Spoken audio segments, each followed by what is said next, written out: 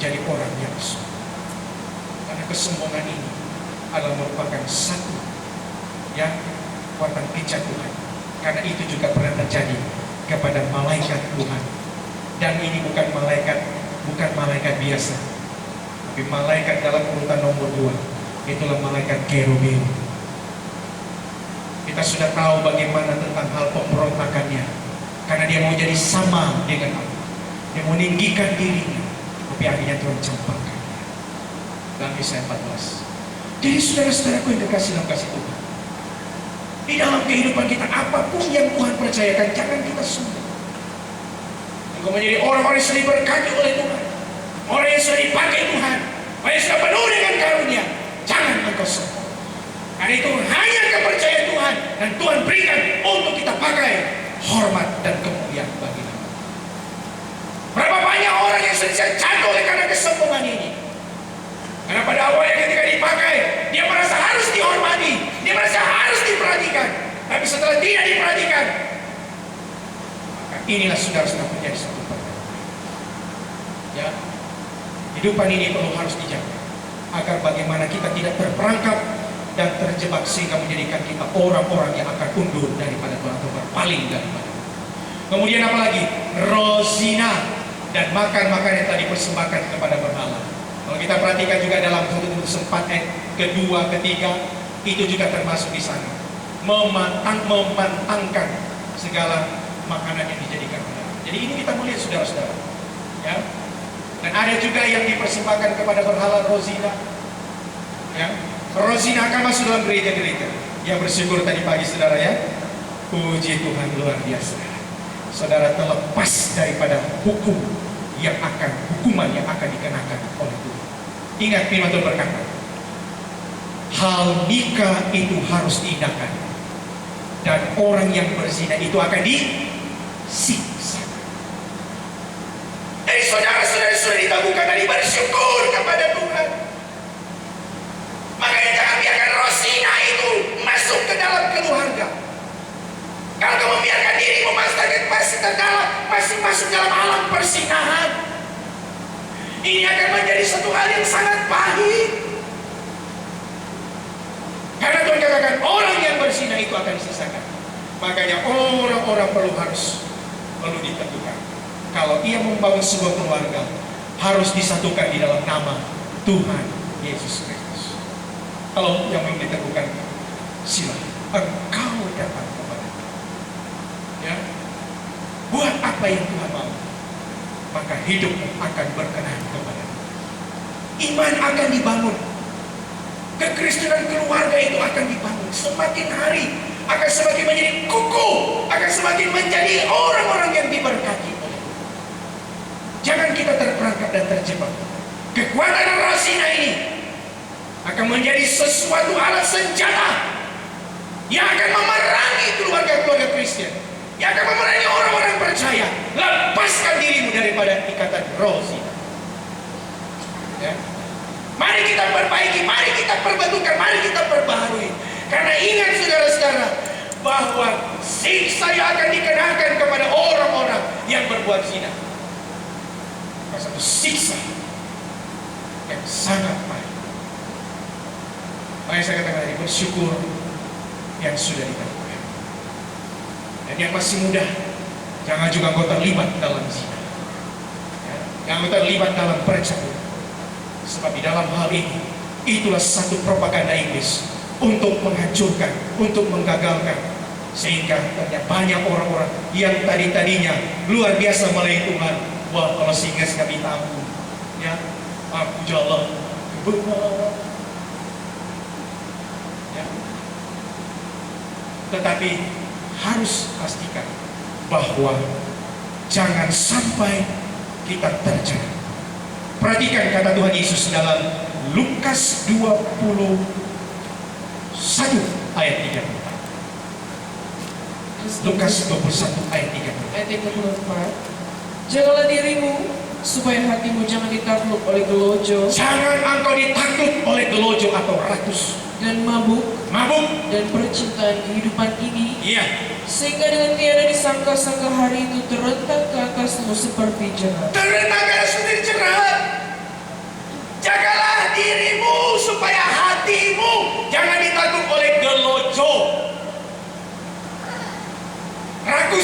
lihat kekuasaan. Banyak orang memang rakus dengan kekuasaan. Nah, kalau mereka mau naik, mereka harus sikut orang lain. Mereka harus jatuhkan orang lain supaya mereka berkuasa. Kalau mereka ingin mau tampil, mereka harus jatuhkan orang dulu. Ya, ini sesuatu hal yang tidak pandai puas. Kehidupan manusia di dunia ini, kita perlu harus tahu bahwa keinginan-keinginan yang semakin menguasai kehidupan manusia, keinginan mata, keinginan daging. Begitu juga dengan mabuk. Mabuk di sini bukan sekedar engkau mabuk minum tapai sampai mabuk. Enggak mungkin orang Aramaiki minum sampai mabuk. Tapi terkadang mabuk ini disebabkan karena mabuk cinta. Bahaya orang-orang muda kalau mabuk cinta. Sehingga engkau menyerahkan hidupmu kepada hal-hal nafsu yang tidak membawa kepada keberkatan. Dan disebabkan ini banyak orang yang gugur daripada panggilan Tuhan. Sehingga terkadang sudah terjerat dengan itu, akhirnya mulai gustan, undur daripada. Ya syukur-syukurlah kalau dia sadar dan bertobat. Tetapi kalau tambah lagi, saudara-saudara, dia undur karena sudah mungkin malu. Inilah firman kata. Hati-hati. Roh berkata dengan tegas. Dan ketegasan ini Tuhan maksudkan dalam kehidupan kita, supaya Tuhan tidak menginginkan ada di antara kita yang akan binasa. Kemudian juga saudara-saudara, percintaan kehidupan ini. Kemudian juga saudara-saudara, di dalam keempat itu roh kepalsuannya. Saudara katakan tadi, kepalsuan itu. Makanya roh antikris itu, dalam zaman antikris nanti ada yang disebut nabi palsu yang akan dipakai oleh antikris. Nah, kita melihat di sana saudara-saudara bagaimana tentang hal nabi-nabi palsu yang akan bergerak dalam kerajaan sama antikris. Dalam Wahyu pasal 13 ayat 11, di Rasul Yohanes diperlihatkan bahwa ada seekor binatang buas yang keluar, bertanduk buas seperti tanduk anak domba. Nah, inilah dia nabi palsu. Antikris akan memakai nabi palsu. Dan sekarang juga saudara-saudara, kepalsuan itu sementara berjalan. Dan oleh karena itu kita memperhatikan bahwa kepalsuan-kepalsuan ini saudara-saudara yang harus kita perlu melihat dengan kebenaran firman Allah, supaya kita sebagai orang percaya jangan terseret kepada kepalsuan ini. Mereka akan memutarbalikkan perkataan Allah. Yang sama seperti Hawa, tatkala iblis datang memakai ulang, iblis berkata, barangkali firman Allah berkata ini. Ya. Waktu Hawa mendengar itu, Hawa katakan, ya, itulah yang saya dengar. Tetapi mulai iblis mempengaruhi Hawa. Oh, tidak begitu, bukan begitu. Tuhan larang kamu makan itu buah pengetahuan baik dan jahat, supaya kamu jadi sama seperti aku mengetahui baik dan jahat. Itu yang benar. Ya. Makanya hati-hati kita yang sudah mengerti firman Allah. Jangan sampai ada kepalsuan yang mulai datang, akhirnya memutarbalikkan firman Allah. Makanya orang-orang Kristen sekarang ini pacu itu apa? Banyak baca firman Tuhan. Ya? Banyak baca firman Tuhan. Jangan terlalu banyak baca Facebook. Ya? Jangan terlalu banyak baca surat kabar, sehingga lupa baca Alkitab. Ya. Jadilah orang yang suka baca firman Tuhan. Amin. Jangan cuma di sekolah minggu tahu baca kitab suci, doa tiap hari kalau mau tuh. Tetapi di sini bagaimana supaya kita senantiasa terus berusaha agar kita mengerti tentang hal firman. Sama seperti Petrus. Kalau Tuhan berkata kepada Petrus, Petrus, kamu pergi juga kan? Petrus katakan apa? Ya Tuhan, kepada siapa lagi kami mau pergi? Hanya kepada Tuhan yang menaruh perkataan hidup yang Engkau. Yohanes 6 ayat yang ke-67 dan 8. Ya. Jadi Petrus menyadari kepada siapa? Karena kepada Tuhan menaruh perkataan hidup yang kekal. Nah, nabi palsu ini akan berusaha untuk memutarbalikkan perkataan Allah. Firman Allah sudah berkata begini, tetapi kepalsuan ini akan semakin membengkokkan dan memutar dia 180 derajat. Ya, Kemudian apa lagi? Ya tadi sudah saya katakan, berzina dan berkelakuan tidak jujur. Ya. Jadi ada perzinahan, yaitu pencampuran. Ya. Dan inilah yang kita melihat bahwa sesungguhnya kita jangan terperangkap dengan hal itu. Di sini saya sudah berikan ayat yang sombongan, saudara boleh baca. Karena kalau mau baca lagi, saudara mungkin akan masuk. Jadi makanya saya pakai presentation supaya saudara dapat melihat saja, melihat tulis dan baca saja. Ya. Kemudian menguatkan hati orang-orang yang berbuat jahat. Nabi palsu bukan menguatkan orang untuk berbuat baik, tetapi hanya untuk berbuat jahat, untuk berbuat hal yang tidak berkenan kepada Tuhan.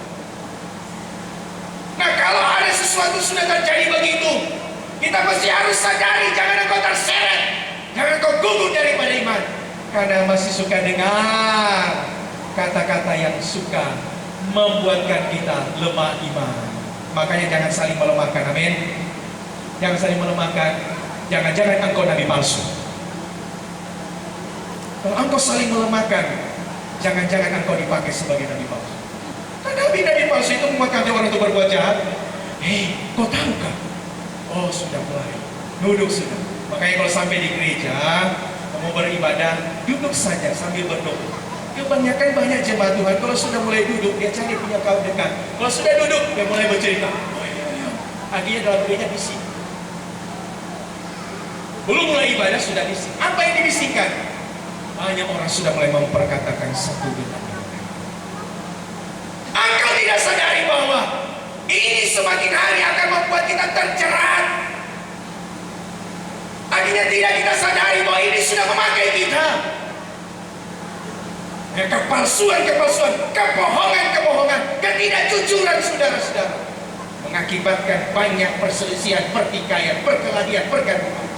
Itu akan datang di dalam gereja itu sendiri. Mari kita ciptakan suasana damai, amin. Karena Tuhan mau supaya kehidupan kita semua jangan ada yang gugur. Makanya kalau kita perhatikan, kenapa ini orang sudah tidak mulai bisa sembahyang, kita mulai katakan, oh karena dia punya mulut lah itu. Kenapa? Dia cakap begini, Pak. Itulah dia tidak mau datang sembahyang, sudah. Ya. Jadi sehingga kita perlu harus waspada demikian. Jangan kita dipakai oleh iblis datang ke gereja hanya untuk melemahkan orang lain. Tapi kita harus sadar bahwa kita harus menjadi pembawa damai. Kita harus betul-betul memahami firman Allah supaya damai sejahtera akan mengawali hati dan pikiran kita di dalam Kristus Yesus. Ingat Yesus Kristus waktu dibawa di dalam ke atas punggan baik Allah. Ya. Jadi saudara-saudara ini kita melihat bahwa iblis boleh membawa Yesus masuk ke dalam baik Allah. Tetapi Yesus tidak pernah terjebak dengan tipu muslihat daripada apa? Daripada iblis. Jatuhkanlah engkau dirimu ke bawah, nanti ada malaikat yang datang. Tapi Tuhan Yesus berkata, jangan engkau mencobai Tuhan. Yesus ada firman.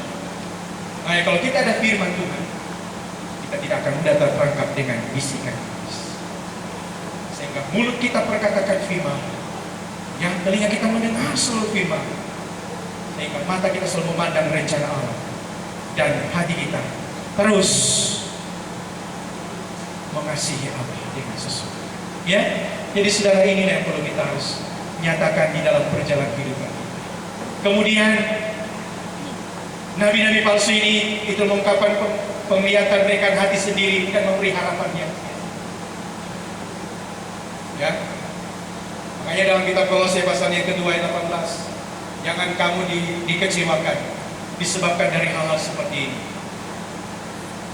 Karena pernah terjadi di Nado, ya, saudara-saudara. Ada 3 hamba Tuhan sudah bersekongkol, bersebahat. Ya, hingga hal ini sudah menjadi satu hal yang malu. Jika kalau di kalangan orang-orang yang tidak, orang yang senantiasa anti dengan pekerjaan Roh Kudus, nah itu katanya Roh Kudus, akhirnya kita tipu. Ya. Sehingga kita katakan bahwa sesungguhnya jangan kita senantiasa tidak mengerti akan firman Allah. Roh Kudus itu bekerja, ya benar. Tetapi salahlah kepada kita kalau kita tidak memahami firman Allah dan kalau kita tidak peka dengan pekerjaan Roh Kudus. Karena ada banyak orang kesempatan dengan menyatakan dengan perihal-perihal apa yang mereka lihat, dengan harapan yang diberikan kepada mereka dengan sia-sia. Ya. Tetapi kalau kita satu di dalam Tuhan, kita satu di dalam Roh, kita tidak akan pernah ragu. Kenapa? Karena kita semua telah diberi pemahaman, dan kita semua telah diyakinkan bahwa pekerjaan Roh Kudus adalah ya dan amin. Tapi kalau kita tidak dibukakan, kita tidak mengerti, maka dari sanalah kita akan senantiasa mudah terperangkap dan terjebak. Makanya kalau kita sering satu di dalam persekutuan dengan Tuhan, karena persekutuan itulah Roh bekerja, Roh bekerja, Roh bekerja, dan akan memberitahukan. Dan orang-orang yang dipakai dengan karunia-karunia Roh akan semakin dinyatakan oleh Tuhan dengan kemuliaan-kemuliaan Tuhan, sehingga akan membukakan pengertian atas rahasia-rahasia yang boleh dibuka. Makanya dikatakan bahwa akhir zaman roh-roh kegelapan ini, roh antikris, pengajaran-pengajaran setan-setan ini akan senantiasa akan menggagalkan rencana Tuhan di dalam kehidupan kita semua. Jadi Bapak Ibu Saudara yang dikasih dalam kasih, kita perlu harus mengerti bahwa kekuatan roh antikris ini akan menghalangi pertumbuhan gereja Tuhan. Makanya kita mesti harus sadar sekali, jangan kita gugur daripada iman. Kita perlu harus tingkatkan iman. Kita sudah diajarkan kemana, bagaimana supaya kita meningkat. Kita cuma jangan jadi orang percaya, terima Tuhan Yesus, tapi tidak ada penyesalan. Ya, saudara-saudara yang dikasih oleh Tuhan, jadi menjadi orang mendengar firman, percaya terima Tuhan Yesus, tapi tidak pernah menyesal. Tetapi harus menuju kepada penyesalan, bertobat. Tapi jangan cuma menyesal, tapi tidak ada bukti. Makanya harus mengeluarkan bobo pertobatan. Dan kalau sudah keluarkan bobo pertobatan, perlu harus tunaikan apa yang menjadi maksud Tuhan, bahwa orang-orang yang percaya harus dibaptis. Kemudian kalau sudah dibaptis, nah engkau tinggal sampai di situ saja. Karena kalau baptisan diukur, saudara-saudara, hanya sampai di halaman Wahyu 11 ayat yang kedua, halaman tidak diukur. Makanya sekarang saudara, kita perlu harus tingkatkan kedewasaan kita di dalam pertumbuhan iman. Namanya 7 tingkat iman. Makanya terus menuju kepada baptisan roh dan kepenuhan roh. Ya. Jadi jalan ini akan membuat kita supaya apa? Berjalan kepada landasan yang benar. Roh yang benar, bukan roh yang sesat. Kalau kita mengerti tentang roh yang benar, saudara tidak tersesat. Tapi kalau kita tidak mengerti pekerjaan roh yang benar, kita mudah tersesat. Makanya kita perlu harus diajar, dibawa kepada pengenalan. Namanya saja pengenalan, supaya kita memahami. Dan selepas itu, yang menuju kepada karunia-karunia roh. Ada juga jawatan Tuhan dan boboro. Sampai kalau sudah pada level boboro ini, maka kita akan dibawa kepada kesempurnaan. Saudara sudah sedia? Firman Tuhan, mari bersedia. Jangan cuma pujian kita berkata mari bersedia, tapi di hati ini belum bersedia. Apa yang belum bersedia? Belum bersedia mau melayani, belum bersedia mau berkorban, belum bersedia mau berdamai, belum bersedia untuk maju. Wah, katanya mari bersedia. Bohong. Kalau pembohongan ini jaga. Kita katakan kita mau sedia nantikan Tuhan, tapi kita rupa-rupanya belum bersedia. Di hati ini masih belum terlepas sebuah pengampunan. Di hati ini masih belum terlepas sebuah kata kemaafan. Kalau engkau belum memaafkan orang, apa kau sendiri sudah benar? Apa kamu sendiri sudah betul? Perhatikan saudara, hidup kita manusia ini, kita perlu harus mengerti bahwa jangan ada tersimpan sesuatu benda, sesuatu hal yang boleh membuatkan kita binasa. Kita sendiri akan menyesal dan akan menjadi orang-orang yang akan gugur daripada iman, dan sangat mustahil akan diselamatkan oleh Allah. Jadi makanya teruskan usaha kita untuk mencapai pada level tingkatan iman untuk membawa kita kepada kesempurnaan. Makanya tidak ada lain selain apa? Untuk kita kerja keras, untuk kita berusaha. Berusaha supaya apa? Berusaha untuk mencari Tuhan lebih sungguh lagi. Sekarang bukan untuk main-main lagi. Harus serius. Sehingga panggilan Tuhan yang ada pada kita jangan terabaikan dengan begitu saja. Sayang, kata Pak Hani, sayang 1000 sayang. Kalau sayang berjuta sayang. Atau mungkin yang lain mungkin sayang berbilion-bilion. Ya, aku yang kekasih dalam kasih. Ini yang perlu kita harus lihat, ya. Karena kalau sudah terlambat mau bikin apa? Nggak ada kata penyesalan yang sudah lagi terbaiki. Makanya saudara-saudara penyesalan bertobat itu ya, kenapa ditaruh pada tingkat yang kedua? Supaya kita sadar lebih awal sebelum terlambat. Ya, oleh karena itu saudara-saudara yang kekasih dalam kasih Tuhan, hari kita memperhatikan bahwa satu masa nanti dunia ini akan dikuasai oleh Antikris. Jadi itulah sebabnya saudara-saudara, jangan kita mengalami keguguran ini. Berusahalah supaya kita masuk kepada kegerakan besar. Amin. Saudara mau masuk pada kegerakan besar? Saudara aku yang kasih lakukan. Saya seperti Pak Hani, kalau paksa-paksa sudah kuat. Ya. Jadi ini kita melihat bahwa hujan akhir pencurahan Roh Kudus secara, sehingga dikatakan bahwa di sini ada satu kegerakan rohani yang besar. Dan nanti pada mencari kegerakan besar sampai kepada 980 hari, maka di sanalah gereja Tuhan akan disempurnakan. Sana terjadi penyempurnaan gereja Tuhan. Dan selepas itu masuk kepada matra yang kelima, pada tahun yang keempat, 180 hari kita sebut masa mengaku. Dan juga terjadi di sana mati saya. Ya, dan di situ juga terjadi pekabaran tidak ada lagi. Berlaku Amos 8 ayat 11-12. Orang mau mencari firman Tuhan, mau beridar-idar, kata Pak Hadi, pakai Air Asia sekalipun tidak akan dapat. Biarpun Air Asia free of charge, tapi tidak akan dapat. Orang naik kapal pesiar yang termahal sekalipun, ya, dia berbuang duit berbilion-bilion, tidak akan dapat. Karena di sini kita melihat bahwa sesungguhnya tidak akan saudara dapat lagi firman Tuhan. Sekarang mau dapat firman Tuhan masih sangat mudah. Saudara hanya perlu buang langkah untuk datang di mana ada persekutuan dengan Tuhan. Sekarang kaki saudara masih boleh berjalan, kesempatan masih ada duit. Boleh naik bus, ada duit, naik taksi. Sekarang ada Grab, ada Uber, tinggal call. Apa yang susah? Susahnya sekarang karena malas. Itu susahnya. Sudah tahu pukul sekian, mesti bangun, pergi sembahyang. Tidur sedikit, lipat tangan sedikit, akhirnya ngorok banyak-banyak. Saudaraku yang kekasih, inilah yang terjadi di akhir zaman ini. Banyak manusia tidak menyadari bahwa keadaan sekarang iblis berusaha supaya jangan orang beroleh selamat. Tetapi saudara punya harus komitmen yang tinggi supaya apa? Saya mau diselamatkan oleh Tuhan. Makanya kerjakan keselamatan ini dengan takut dan gentar, dengan kesungguhan hati kita. Ya, tinggalkan kemalasan. Amin, saudara. Saudara mau membuat komitmen hari ini. Sudah dengar firman Tuhan bahwa saya mau tinggalkan kemalasan.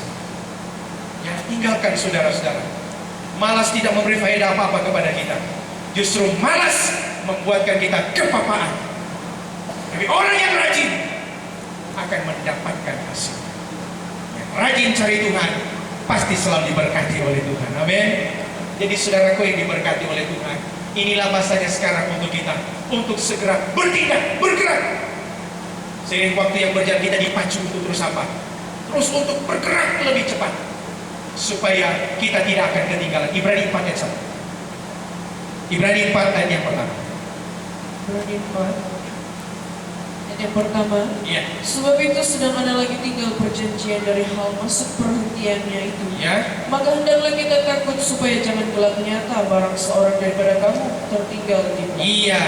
Jadi sebab sedang ada lagi tinggal perjanjian dari hal masuk perhentiannya itu, maka hendaklah kita takut supaya jangan kelak nyata barang seorang daripada kamu tertinggal di belakang. Jangan ada yang tertinggal di belakang. Karena kalau tertinggal di belakang, ya minta maaf saja. Selamat engkau masuk ke dalam zaman antikris. Mau apa yang terjadi pada zaman antikris? Perhatikan, saudara. Ada 7 sangkakala. Saudara gue dikasih oleh Tuhan. Pada tahun pertama 6 sangkakala dulu akan ditiup. Nah, itu terjadi di sana, saudara. 3 hari sepertiga bumi dibakar. Saudara catat saja. 3 hari sepertiga laut biasa. 3 hari sepertiga mata air jadi pahit. Maka kali ketiga. Maka kali keempat pada 3 hari sepertiga benda langit disiksa. Kemudian sangkakala yang kelima. Ini yang mengerikan, yaitu siksa kepada manusia. Wahyu 9. Karena di sana kematian sudah diangkat. Tuhan bukakan rahasia ini, di mana pada waktu manusia disiksakan, siksanya itu baikkan orang disengat kala jengking. Mau mati tidak boleh mati. Sekarang saudara mau mati, gantung diri, senang mati. Asal jangan gantung diri saudara di pokok tomato. Tidak pandai mati. Ya. Jadi ini kita melihat saudara-saudara siksa yang akan dikenakan kepada orang-orang yang akan tertinggal karena tidak mengalami kebangunan rohani. Jadi makanya ada KKR, ada kebangunan rohani. Di sini akan membangun iman saudara supaya jangan saudara masuk di sini. Menangis kok saudara, sebelum kau menangis di sini, engkau menangis di sini tidak ada guna. Engkau menangis hari ini, berdoa kepada Tuhan, menyembah kepada Tuhan, engkau pasti dipulihkan. Tapi jangan engkau menangis di sini. Iblis akan datang. Saudaraku, kemudian itu yang saya katakan perang dunia ketiga itu pada sangkakala itu. Maka akan dilepaskan 4 malaikat terikat, 2 di sebelah barat, 2 sebelah timur. Tidak lain adalah 2 negara superpower, sebelah barat, sebelah timur. Amerika dengan Inggris, kemudian China dan Rusia. 2 kekuatan komunis dengan 2 kekuatan liberal akan berperang, dan kemudian terciptalah perang dunia ketiga. Inilah persenjataan modern akan dipakai pada waktu itu. Gas-gas beracun, bom nuklir. Sekarang ini sudah mulai kita lihat, ya. Nah, oleh sebab itu mari kita mau mengerti. Dan nanti sangkakala yang ke-7 ini nanti akan bertemu pada Bokor Bukala yang ke-7. Ya, nah, di sini nanti saudara-saudara yang dikatakan bahwa ya, saudara-saudara yang ini nanti tidak ada. Jadi nanti di sana akan bertemu pada Bokor Bukala yang ke-7. Dan ingat, Bokor murka Allah itu nanti akan dicurahkan atau ditumpahkan, dan ini akan diminta oleh Elia. Karena Musa dan Elia akan turun, 2 saksi akan memerintahkan itu. Nah, saudara-saudara dikasih, apa yang terjadi sebelum berakhirnya zaman antikris? Akan dicurahkan Tuhan 7 bokor bukala. Saudara, setiap bokor itu 7 hari. Pada bokor yang pertama penyakit petung atau kita sebut sekarang ini cancer. Ya, selama 7 hari, Wahyu 16 ayat 2. Kemudian bokor-bokor yang kedua, laut menjadi darah. Ya, ikan-ikan pasti mati. Orang-orang berniaga di atas laut itu, saudara-saudara yang kapal, pasti saudara-saudara kita tahu akan menjadi apa. Kemudian bokor-bokor ke-7, bokor-bokor yang ketiga, 7 hari air menjadi darah. Mau minum apa kalau air sudah jadi darah? Sekarang kalau mati air orang bising. Kalau musim hujan, air datang di rumah keruh, bising. Ini air sudah jadi darah, mau bising bagaimana saudara? Mau bising sama antikris? Silakan bising. Kalau kau tidak dikiri, saudara. Jadi oleh karena itu mari kita mau lihat kepekaan kita yang ada sekarang ini perlu harus berjuang. Berjuang, saudara. Kami pun mau berjuang ke Karapuang. Ya. Saudara cuma dari rumah datang ke gereja, nah sana boleh berjuang. Berjuang, saudara. Cari Tuhan. Jangan engkau terlambat. Bokor yang keempat, 7 hari matahari menghanguskan manusia. Sekarang saja kalau kita sekarang ini pada tengah hari panas, kita minta ampun. Ya. Itu nanti lagi, belum lagi nanti ini akan terjadi, akan menghanguskan manusia. Ibarat orang bilang, antara matahari dan bumi tinggal sejengkal. Bagaimana panasnya matahari itu akan menghanguskan manusia. Inilah bokor yang akan dicurahkan oleh Tuhan pada bokor murka yang keempat. Kemudian saudara-saudara, bokor murka yang kelima, Raja Antikris menjadi gelap. Selamat Tuhan. Orang akan meraba-raba, terjadi kegelapan secara selamat. Orang akan menggigit lidahnya. Orang semakin hari baku hantam, ya, sehingga masing-masing akan saling membunuh. Dan kemudian saudara-saudara, bokor murka yang keenam, Sungai Perak menjadi kering. Ya, dan kemudian terakhir baru perang Harmageddon. Babel yang hari itu, Babel yang terakhir ini, saudara, akan dihancurkan. Kekuatan kerajaan Antikris yang disebut Babel akhir zaman itu akan dihancurkan, saudara-saudara. Baru setelah itu Tuhan Yesus Kristus akan datang menunggangi kuda putih. Dalam Wahyu pasal 19, Dia akan menggantikan mahkota duri dan mengenakan mahkota raja di atas segala raja. Mahkota itu Dia akan pakaikan untuk turun, untuk supaya apa? Mengakhiri zaman Antikris. Dia akan tangkap. Itulah Lucifer, kemudian dirantai selama 1000 tahun. Kemudian dia akan menangkap pengikut Antikris, dan Antikris akan dibuang langsung ke dalam api neraka. Dan kemudian yang ketiga, membangkitkan orang yang mati di dalam Tuhan. Kenapa? Karena akan mengalami pertemuan di atas awan-awan, sehingga baru selepas itu orang yang mati dalam Tuhan dibangkitkan dengan orang yang sudah terangkat di atas awan-awan akan diubahkan, kemudian dibawa ke awan-awan. Ini rahasia besar. Dan di awan-awan akan terjadi pesta 75 hari, dan selepas itu maka akan turun memerintah dalam kerajaan 1000 tahun masa depan. Rahasia ini besar. Jadi untuk itu saudara, mari pastikan di dalam kehidupan kita, supaya kita mengerti inilah sebuah ketetapan rencana Allah, supaya kita dibawa oleh Tuhan bukan sampai saja kepada 1000 tahun masa damai, tetapi akan membawa kita kepada dunia baru, Yerusalem baru. Semoga kita ketemu di sana. Amin. Mau ketemu dalam Yerusalem baru? Atau cuma ketemu di sandakan saja? Tetapi kita mesti harus berlutut. Maka ingat baik-baik, jagalah diri, supaya saya dan saudara tidak akan mengalami keguguran iman. Melainkan kita berusaha untuk hidup lebih sungguh, supaya jangan kita dapati akan terbuang ke dalam api. Makanya dikatakan, ingat baik-baik, orang penakut, orang yang tidak percaya, orang yang keji, orang pembunuh, orang sundal, tukang-tukang sihir, penyembah berhala, semua pendusta, mereka mendapat bagian mereka itu di dalam lautan yang menyala oleh api dan belerang. Inilah kematian yang benar. Jadi mari kita mau sadar untuk memiliki hati yang mengasihi Tuhan, sungguh-sungguh mencari Tuhan.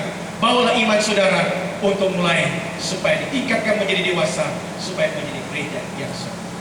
Dan Tuhan menyatakan hidup kita tidak akan menjadi sia-sia, karena kita semua pasti akan diselamatkan oleh Tuhan. Amin saudara.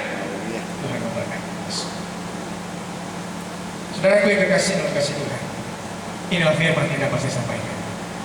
Biarlah apa yang kita sudah dengar itu menjadi motivasi, edukasi, dan inspirasi kepada kita semua, supaya benar-benar kita dibawa arah lagi kepada sebuah kehidupan yang dijanjikan oleh Tuhan. Dan untuk selanjutnya penyembahan, saya serahkan kepada Bapak Pendeta Joseph Peter sebagai Ketua Pusat dan Ketua Tim.